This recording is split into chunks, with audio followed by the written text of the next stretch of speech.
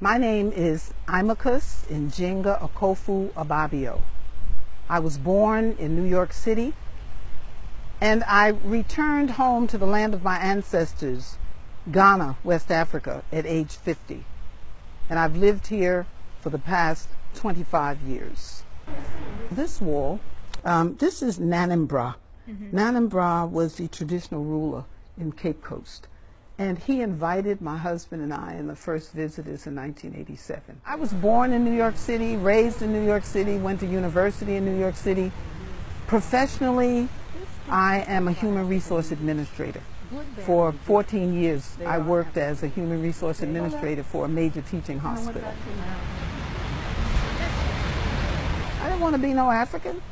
The pictures that the media painted of Africa, the only Africa I saw was Tarzan and Jane, some white man flying through the air. Oh, okay. with boy riding on an elephant and stuff like that. Would you want to come to Africa?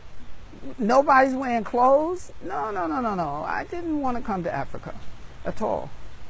Because there was nothing good that was told to us about Africa. Nothing. I came here and saw a different kind of Africa. We went to the slave forts and dungeons. You know, there's no air, small windows. The place still smells. You can still smell it. And I remember going through the men's dungeon. That was traumatic, you know, because you kept thinking to yourself, why would someone do this? Because they didn't tell us about this. I never heard about this in school. Then I went into the women's dungeon, and when the group was leaving, I asked the man, I just would like to stay behind for a few minutes. This is the women's dungeon.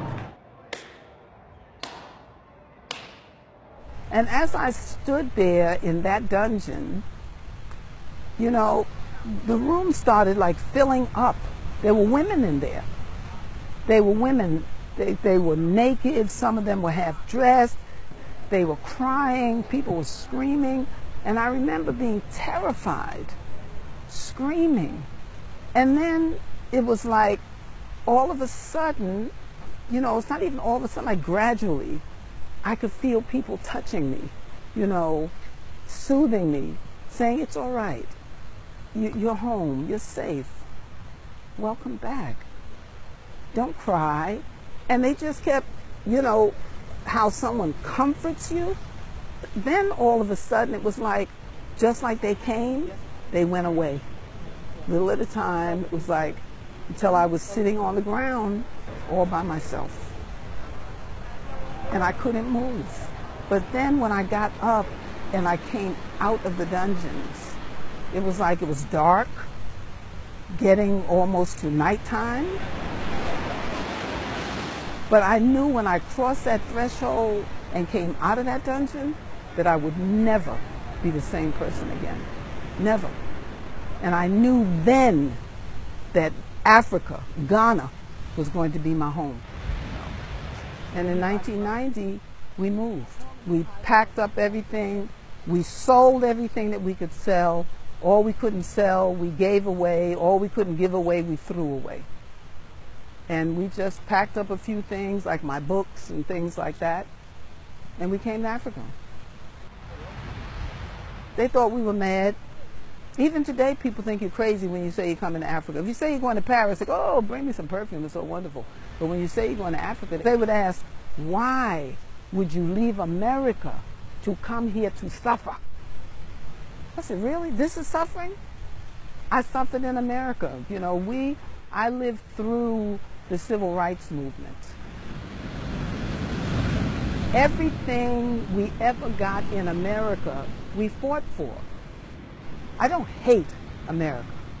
I don't like it. Hate is a strong word, but I don't like it. I love Africa. Okay. And everything in Africa is not perfect. And I didn't fall out of my treehouse, so I'm not going to where there's a war. I look for peace.